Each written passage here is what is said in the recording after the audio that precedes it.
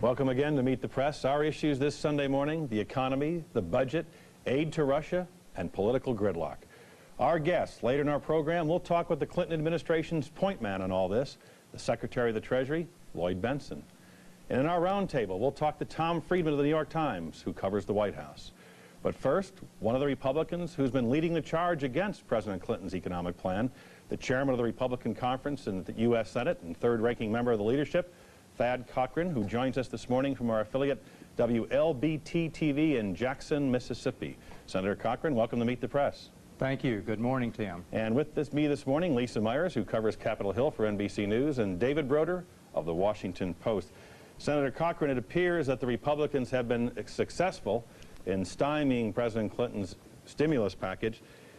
Just what is going to emerge from the Senate? Will there be any kind of stimulus package? And if so, how much? Well, it's hard to tell right now because we don't know what substitute is going to be offered by Senator Mitchell when the Senate returns into session next week. If they just make changes at the margin, and this bill continues to be a big spending bill, which adds to the deficit and doesn't really create any new jobs or spur stimulus in the economy, then I think Republicans are going to continue to oppose it. The bill now is about $16 billion. What's a reasonable amount of money? Senator Dole has been suggesting perhaps about half of that. Is that ballpark?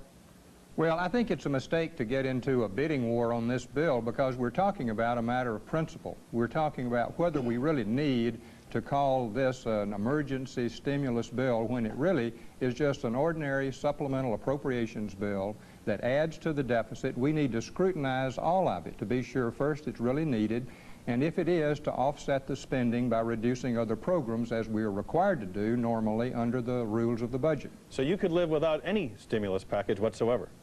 Well, I think if you look at the fact that in February there were 365,000 new jobs created in our economy, and the economy is expected to grow this year at a rate of about 3.5%, you can see that the economy is moving forward. There are new jobs being created already.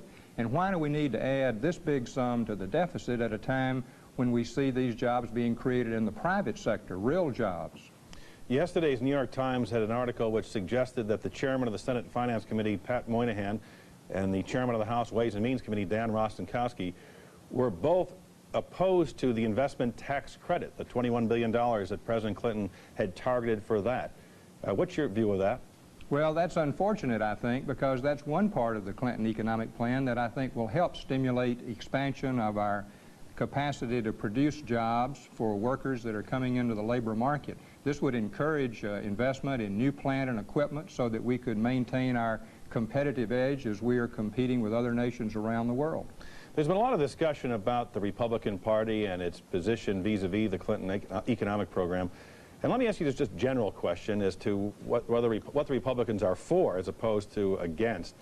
Do you believe it is possible to balance the budget or have significant deficit reduction without raising taxes or cutting entitlements?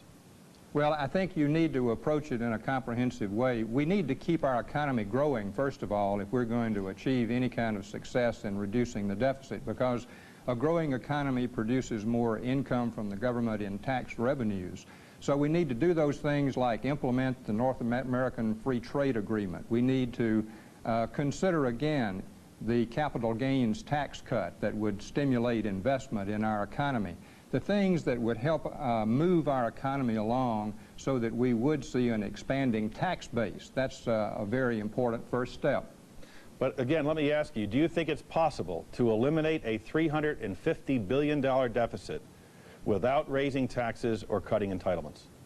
No, I think you do have to have some entitlement reform, and I think the health care reform is going to be an important aspect of that. That comes later. We're waiting to see what kind of proposal is made in that regard, but we do need to cut the costs to the government of health care expenses. It's going up at the rate of about 20% per year, and we're not going to achieve any deficit reduction without dealing with that problem. And perhaps even some tax increases? Well, I don't think we have to have tax increases, frankly. I think we can do it with entitlement reform, eliminating unnecessary and wasteful spending at the federal level. But I don't think a lot of new taxes is either going to help the economy or be successful in reducing the deficit. Just taking a look at this first bill that the President's proposed after the budget resolution has been completed, it's a big spending bill adding to the deficit rather than reducing the deficit. Lisa Myers? Senator, let's talk about that stimulus package a little more. In that package for your state of Mississippi, there are about 3,000 jobs. There are tens of thousands of meals for disadvantaged children in Head Start. There's money for childhood immunization. Isn't it tough to turn your back on those kinds of projects? Well, I'm not turning my back on those projects because we do need funds for those programs, and we will be getting funds when the new fiscal year begins on October 1. We're reviewing the entire budget right now. Our Appropriations Committee will be providing funds for all of those programs that are truly needed. What's objectionable about this bill is that it's called an emergency need, and we just add it to the deficit in addition to the funds that have already been appropriated for all of these programs for this fiscal year. But, Senator, you know very well that if these programs are not approved now, there will not be money this summer for the meals for children in Head Start, for the summer jobs, for things that cannot wait until appropriations later. So, in essence, you are turning your back on these items for the state of Mississippi. No, that's not true, because we'll have another supplemental appropriations bill that'll be approved before the beginning of the next fiscal year. That was discussed in our Appropriations Committee. And one of the reasons, for example, is the need for agriculture disaster assistance. We had a blizzard that hit many parts of the country in March. We had severe flooding in Arizona. The fruit and vegetable crops around the country have been hit very hard, and we're working on a disaster assistance bill to help those farmers. That'll be included probably in another supplemental bill, along with the other programs that have been underfunded or where there are true shortfalls as compared to the needs that exist in the country today. You said Republicans support health care reform. Speaker Tom Foley said yesterday that that's going to cost anywhere from $50 to $100 billion. How are you going to pay for that?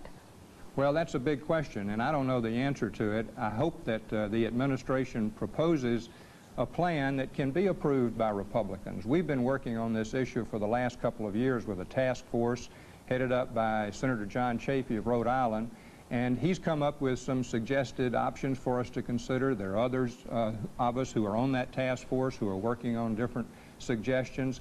We're going to work very hard to be a part of the process of developing a good health care reform plan that doesn't undermine the integrity of our outstanding health care system as it exists now. It's the envy of the world, but it costs too much. There are people who don't have access to it, and there are people who are uninsured, and so we've got to address those parts of the problem. But what about raising taxes, Senator? No matter how you cut it and whose plan is approved, taxes are going to have to be raised at least somewhat to pay for this. Would you support, say, an increase in cigarette taxes, alcohol taxes, some of the other taxes that the administration has been discussing? Well, I think we'll take a wait-and-see attitude toward which taxes, if any, are needed to finance the plan. We need to be sure the plan is sound, that it's one that will address the problems as we understand they to exist. We don't want to nationalize the health system, though. We don't want to create a new socialized medical system that deprives people of a choice for physicians and health care providers. These are problems that we're going to have to look at in a lot of detail. And I think the Congress is going to devote a lot of time and effort to making sure that we do the right thing in health care reform. David Roeder? Senator, you and the other Republicans have been having a lot of fun on the Senate floor, pointing to tennis courts and swimming pools that you say would be built with these emergency stimulus funds. As you know, that money comes through a program called Community Development Block Grants. That program is about 20 years old, started about the time that you came to Congress, started under a Republican president. I expect you have, over the years, cut a few ribbons and made some announcements of community development block grant programs. Am I right about that? You're absolutely right. Tell me why suddenly this became pork barrel spending when President Bill Clinton endorsed it. Well, I think it's a difference between what the president proposed, which was a jobs bill based on an emergency that exists in our country today, and the reality of what's really in this bill. It's nothing more than an adding on to existing programs that are not emergency needs at all. They were represented by a wish list from around the country. I think after the election, somebody called around and said, so your objection is not to the spending, it's just that he calls this emergency spending? That's one problem with it. The other is that in the regular appropriations process, we're limited in the amount of money we can spend on different categories of functions in the federal government. That's the new budget discipline that's been at work and has helped to restrain the growth of federal spending. And we're throwing that rule out the window now. The President is proposing to junk it and disregard it. We've got an emergency, and now we can spend money on all of these programs, no matter how much they cost or how much they're really needed. And that is disregarding some discipline that I think we need at the federal level to keep this budget under control. Senator, the administration claims, you will hear Secretary Benson, I expect to say it in a minute or two, that this program is needed because this is a very fragile recovery, that it might slip back into recession as it did twice when George Bush was president. What do you know that gives you such assurance that we don't need this additional stimulus? Well, this bill won't address that problem. This bill just adds to many programs, one of which is unemployment benefits for those who are out of work right now. That has already passed the Congress. It's been approved. The funds to pay those benefits are in this bill. It's not necessary to have it in that bill. We could pass that in a separate bill, and I don't think there would be any problem. The difficulty is that this bill is not tied to job creation. It's a political bill. It is not what it's advertised to be.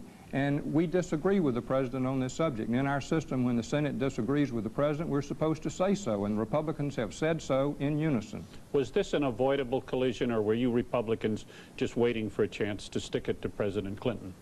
Well, I think the President probably misunderstood how the Senate works. I mean, he's been in office about 80 days now, and he's learning how to proceed and consult with the Congress as he develops his proposals. And I think in some areas he's done an excellent job with that. We have a proposal, for example, to assist the Soviet Union coming up. He had a meeting at the White House. He encouraged our comments and suggestions about what should be in that package and how to deal with the problems in the old Soviet Union. That's the kind of involvement, I think, that he's going to find will be very beneficial to him in the remainder of his term. Well, I hear you Republicans talking about how wonderful it is for the President to consult with the opposition party. When President Bush consulted and indeed negotiated with the congressional Democrats and produced a budget agreement, you Republicans went crazy. Where's the consistency? Well, I don't remember going crazy. I hope I didn't. I didn't mean to. Well, you denounced that budget. It's very you denounced and voted against that budget agreement with the Democrats. Well, I think it's very important for the President to recognize there are two parties in the Senate, and certainly when we have 43 votes, when we are united, we can make a difference and we can be an influence. And I think what you're seeing here is an effort by Republicans to try to contribute in a constructive way to budget restraint, to deficit reduction, to helping the President keep his commitment to have sound fiscal policies. And we disagree with him on this bill, but we support him on some of the other things that he's doing, and we'll continue to work with him when we do agree with him and help make sure that he has a successful administration. Senator Cochran, you raised aid to Russia. Secretary Benson leaves for Japan tomorrow to meet with other Western democracies to fashion a package some have estimated may be $30 to $40 billion. Are the Republicans in the Senate prepared to support President Clinton's program for increased aid to Russia? Well, I think you've already seen evidence of that. I've made a couple of short speeches on the floor of the Senate in that context, and I've written an op-ed piece that was in the Christian Science Monitor supporting our efforts in that regard. Senator Dole and Congressman Michael have both issued statements supporting the President on this issue. So I think that's a good example of how Republicans can unite in support of the President when we think he's on the right track. So you're for increased aid to Russia, but willing to oppose programs for Mississippi like immunization and swimming pools for disadvantaged kids and summer youth?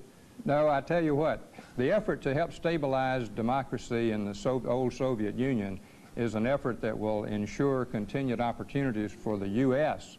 to enjoy a peaceful and stable relationship with a country that used to have all of its missiles aimed at us. We hope that we can see the whole world improved in terms of having a more stable world community because of the things we're doing to help stabilize the situation in Russia. Senator Cochran, thanks for joining us this morning. Happy Easter down there in Mississippi. Thank you very much. And in a moment, the Clinton administration's perspective on all